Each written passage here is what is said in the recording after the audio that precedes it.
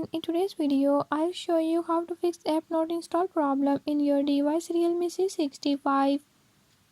In this video I'm going to show you how to fix this issue. But before we get started, don't forget to hit the subscribe button and turn on notifications. Make sure to watch complete video and learn how you can do it. Let's watch the video.